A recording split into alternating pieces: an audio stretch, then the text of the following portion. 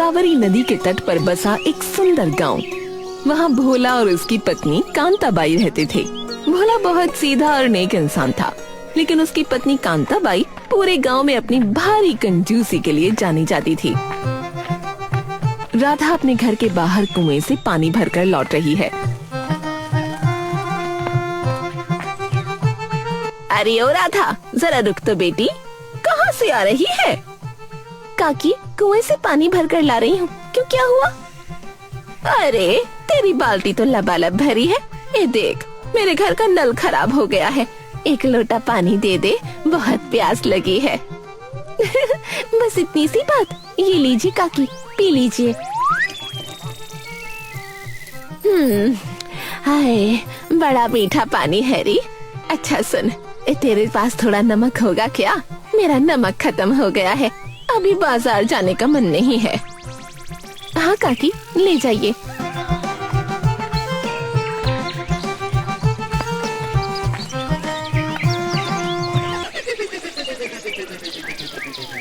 अरे सिर्फ नमक से क्या होगा?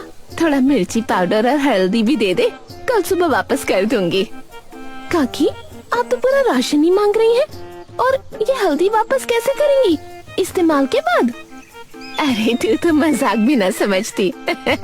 अच्छा सुन, तूने जो नई साड़ी पहनी है बड़ी सुंदर है। पुरानी हो जाए तो फेंकना मत, मुझे दे देना, मैं इसके पायदान बना लूंगी। काकी, अभी तो मैंने ये साड़ी पहली बार पहनी है और आपने इसे पायदान भी बना दिया। अगली बार आप मिलेंगी तो मैं रास्ता बदल लूंगी। अरे रास्ता क्यों बदलेगी? भागते भागते जाएगी तो तेरी चप्पलें जल्दी घिस जाएंगी, पैसे बर्बाद होंगे। मेरी बात मान और धीरे चल।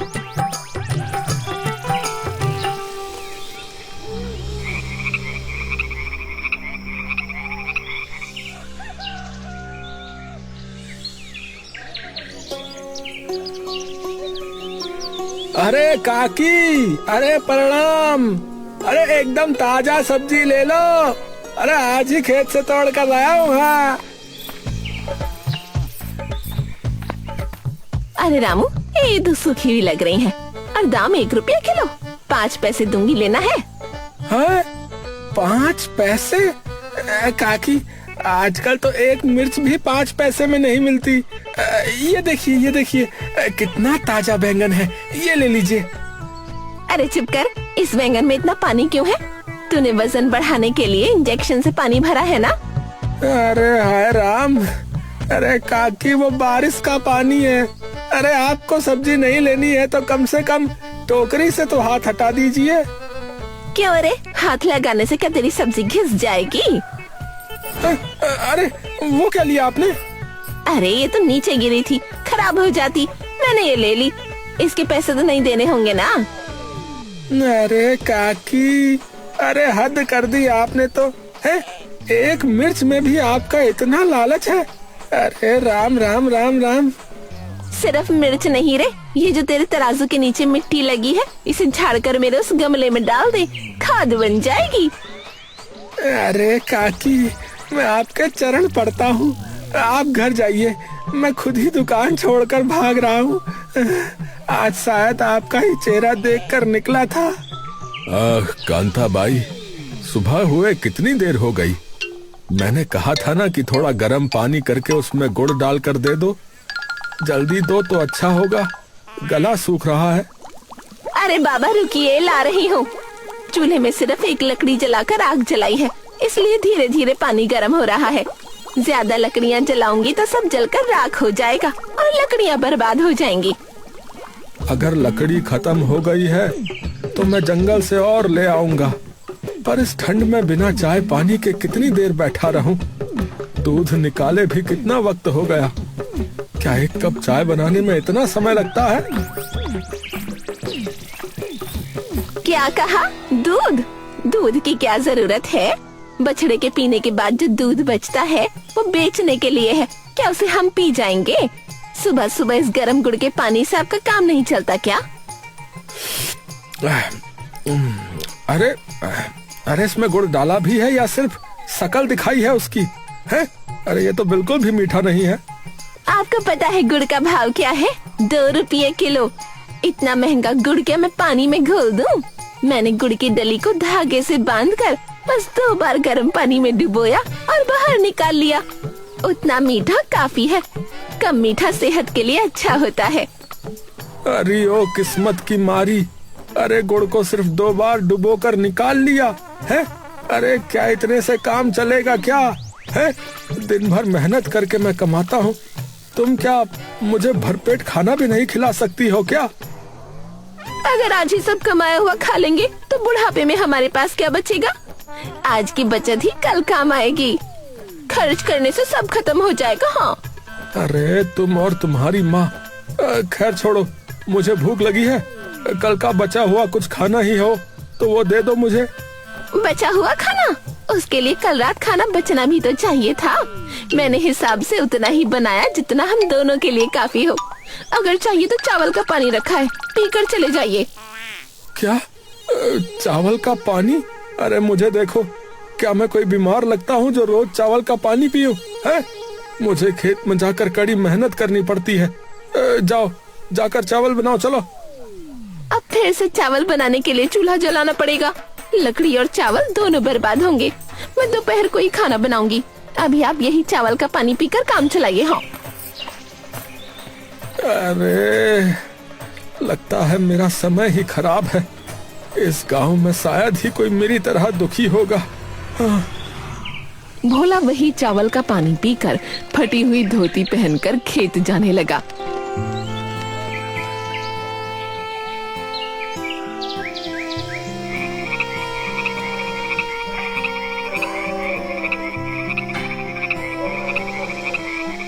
अरे कांता, अरे यहाँ देखो, अरे ये धोती देखो कितनी फट गई है। कल जब मैंने बाजार से नई धोती लेने को कहा था तो तुमने मना कर दिया। अब इसे पहनकर मैं 4 लोगों के सामने कैसे जाऊंगा बोलो? अरे ये तो बस जरा सी फटी है। मैं सुई धागा लेकर अभी से सिल देती हूँ। इसके लिए नई धोती लेने की क्या जरूरत है? बाजार में नई धोती के 10 रुपए मांग रहे हैं। अरे मेरे पास पैसे हैं, मैं दे रहा हूँ। तुम जाकर अपने लिए भी नई साड़ी ले लेना। नई धोती? बिल्कुल जरूरत नहीं है। और मेरे लिए साड़ी? शादी के वक्त जो साड़ियाँ आई थी वो अभी भी संदूक में वैसी की वैसी रखी हैं। मैं वही पहन लूंगी। अरे शादी को 20 साल हो गए कांता, 20 साल। वो साड़ियाँ पुरानी होकर फटने लगी होंगी। हाँ, इंसान को कम से कम अच्छे कपड़े तो पहनने ही चाहिए। पड़ोस वाली सुब्बा लक्ष्मी को देखो, कैसे साड़ियाँ पहनती है। उस सुब्बा लक्ष्मी को अकल नहीं है। पति मेहनत से कमाता है, वो उसे उड़ाती रहती है। कल वो सड़क पर आ जाएंगे। मैं वैसी ना हूँ, मैं पैसे बचाती हूँ। आप धोती उतारिए, मैं सिल देती हूँ।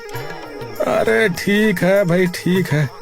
तुमसे कोई नहीं जीत सकता है भाई।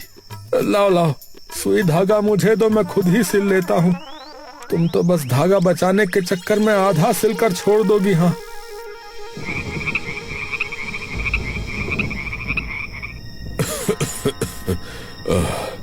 देखो रामू, अब मेरा शरीर मेरा साथ नहीं दे रहा है। मेरे अब गिनती के दिन रह गए हैं। मैं चाहता हूं कि अपनी सारी जायदाद मैं अपने भतीजे भोला के नाम कर दूं और फिर बाकी की जिंदगी चैन से गुजारूं। सरकार, ये तो बहुत ही उत्तम ख्याल है। भोला बाबू बहुत सीधे इंसान है। हाँ हाँ, वो तो ठीक है, पर उसकी पत्नी थोड़ी कंजूस सुनी है। खैर, कल हम उनके गांव चलेंगे। अच्छा, अगर उन्होंने मेरा अच्छे से ख्याल रखा तो कल ही वकील को बुलाकर सारी जमीन जायदाद उनके नाम कर दूंगा। मुझे धन दौलत नहीं, अब बस थोड़ा सा प्यार और अच्छा खाना चाहिए भाई। मालिक, आप फिक्र ना करें। खून का रिश्ता आखिर खून का ही होता है। वो लोग आपकी बहुत सेवा करेंगे। हाँ, उम्मीद तो यही है। चलो कल की तैयारी करो, देखते हैं नसीब में क्या लिखा है।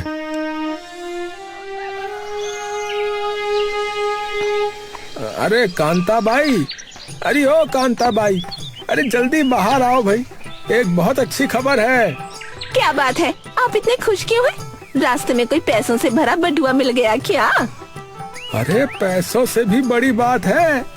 अरे अरे शहर में जो मेरे चाचा जमींदार सोमनाथ रहते हैं ना, अरे वो कल हमारे घर आ रहे हैं। क्या? वो यहाँ क्यों आ रहा है? क्या यहाँ आकर मुफ्त का खाना खाने आ रहा है? मेरी तबीयत ठीक नहीं है, मैं खाना नहीं बना पाऊंगी। अरे अरे पूरी बात तो सुनो। अरे उनकी कोई औलाद नहीं है, लेकिन उनके पास जो है बहुत जायदाद है। हाँ, अगर हमने उनकी अच्छी खातिरदारी की तो उनका हमसे लगाव बढ़ जाएगा। हाँ, और हो सकता है वो अपनी सारी जायदाद फिर हमारे नाम ही कर दे। क्या सच में? कितनी जायदाद है उनके पास? अरे अरे उनके पास 100 एकड़ जमीन है। हाँ, और शहर में जो है सुना है 2 बड़े घर हैं और संदूक भर के गहने हैं। अरे सब हमारा हो सकता है, लेकिन क्या? बताइए ना। लेकिन जो है उन्हें खाने का बहुत शौक है। वो अच्छा खाना चाहते हैं और खाने में असली घी होना चाहिए। अगर खाना अच्छा मिला तो ही वो खुश होंगे। हाँ, वरना जो है फिर समझ लो गुस्सा होकर वापस चले जाएंगे, फिर हमें कुछ नहीं मिलने वाला। घी, पकवान, इसमें तो बहुत खर्चा हो जाएगा। अगर तू 1 रुपया भी खर्च करेगी तो तुझे 1 करोड़ की संपत्ति मिलेगी रे।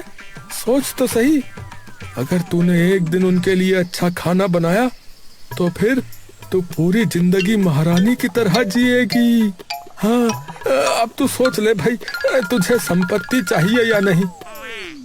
ठीक है, जायदाद के लिए मैं ऐसा खाना बनाऊंगी जो दुनिया ने ना देखा होगा। कांताबाई बाजार जाती है, पर वहाँ भी उसकी कंजूसी नहीं जाती।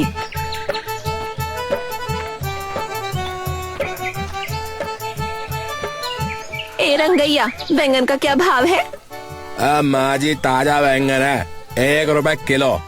ले जाइए माँ जी, बहुत अच्छे बैंगन है। 1 रुपया? बगल वाले गांव में तो 50 पैसे किलो मिल रहे हैं, बहुत महंगा बोल रहे हो। अच्छा, वो जो टोकरी में रखे हैं वो क्या भाव है? अरे वो तो माँ जी जो है कल के बचे हुए हैं माँ जी, थोड़े मुरझा गए हैं और जो है उसके अंदर कीड़े भी हो सकते हैं। अब तो मैं जो है चलिए उन्हें आधे दाम पे दे दूंगा आपको। वही दे दो, मुरझा गए तो क्या, सब्जी में पकने के बाद किसी को पता न चलेगा। पर वजन सही करना, कम हुआ तो देख लेना। फिर वो किराने की दुकान पर जाती है। ए भाई, शुद्ध घी है क्या? घर पर जमींदार साहब आ रहे हैं। हाँ हाँ कांताबाई, शुद्ध गाय का घी है, पर जो है 5 रुपए किलो मिलेगा। 5 रुपए? घी में क्या सोना मिला रहे हो? अच्छा, उस डिब्बे में क्या है? वो भी घी जैसा ही दिख रहा है। वो वनस्पति डालडा है माँ जी, घी से बहुत सस्ता है, 1.5 रुपए लीटर। वही दे दो, सब्जी में डालने के बाद किसे पता चलेगा कि घी है कि डालडा? आने वाले मेहमान बुजुर्ग हैं, उनकी जुबान को अब स्वाद का क्या ही पता चलेगा। अगले दिन जमींदार सोमनाथ घर आते हैं। भोला उनका स्वागत करता है। अरे भोला, अरे भाई वाह, अरे भाई तेरा घर तो बहुत सुंदर है और बहुत अच्छी खुशबू भी आ रही है। सफर के बाद बहुत भूख लगी है बेटा। अरे आइए चाचा जी, आइए आइए। अरे आपके लिए मेरी पत्नी कांताबाई ने सुबह से बहुत सारे पकवान बना रखे हैं। कांताबाई, अरे चाचा जी के लिए खाना लगाओ। अभी परोसती हूँ। कांताबाई केले के पत्ते पर खाना परोसती है, बैंगन की सब्जी और डालडा वाला खाना देती है। हाँ, अरे वाह, अरे अरे मुझे बैंगन बहुत ही ज्यादा पसंद है। हाँ, लाओ भाई लाओ।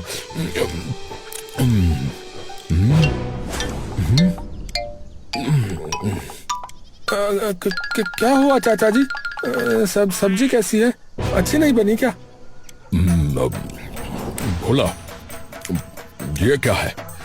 ये बैंगन ऐसे क्यों हो रहे हैं? ये ताजा नहीं बल्कि बहुत पुराने और कीड़े वाले लग रहे हैं। अरे नहीं चाचा जी, ये एक नई किस्म के बैंगन है, शायद आपको इसका स्वाद समझ नहीं आ रहा। अच्छा, दाल में घी डालूं? क्या कहा?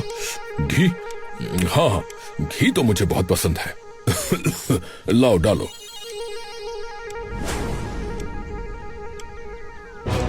जमींदार जैसे ही खाते हैं उनका मूड खराब हो जाता है। अरे भोला, अरे अरे ये घी है या कुछ और? ये तो जुबान पर चिपक रहा है और इसमें अजीब सी महक भी आ रही है। अरे कांता बाई, अरे क्या तुमने असली घी लिया था? हाँ जी, ये शुद्ध गाय का ही घी है, पर शायद आजकल की गाय ठीक से चारा नहीं खाती, इसलिए स्वाद बदल गया होगा। आप खाइए, सेहत के लिए अच्छा है। ये सांभर चख के देखता हूँ।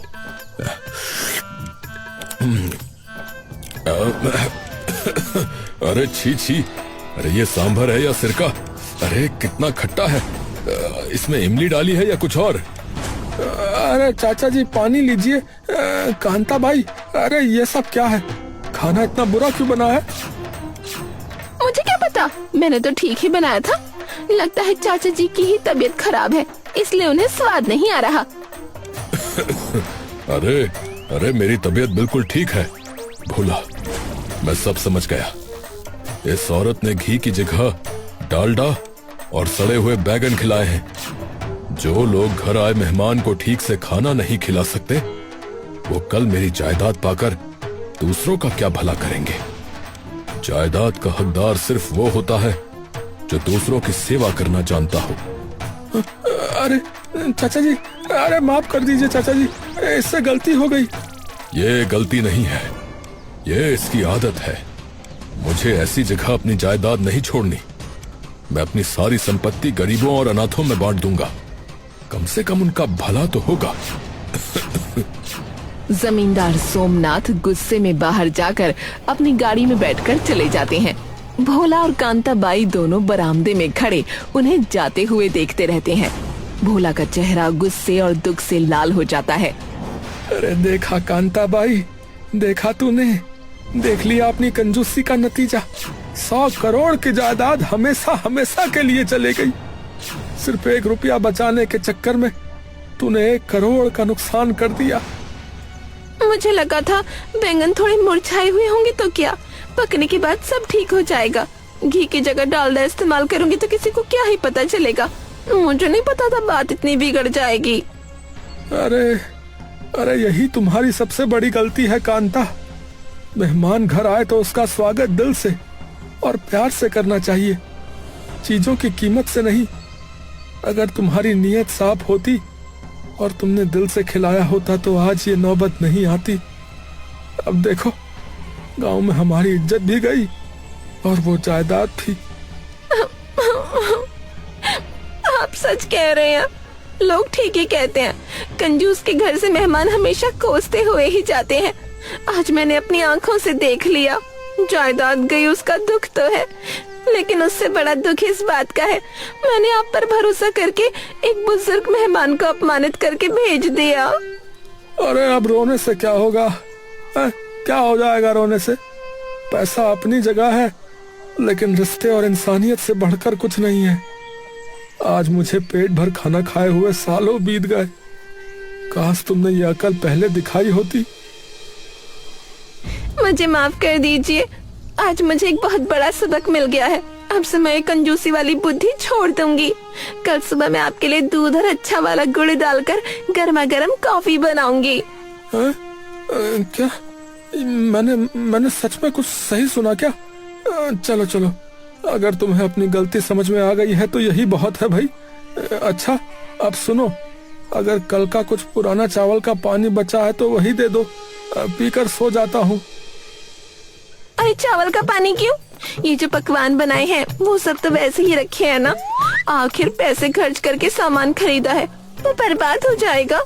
चलिए हम दोनों मिलकर वही खाना खा लेते हैं।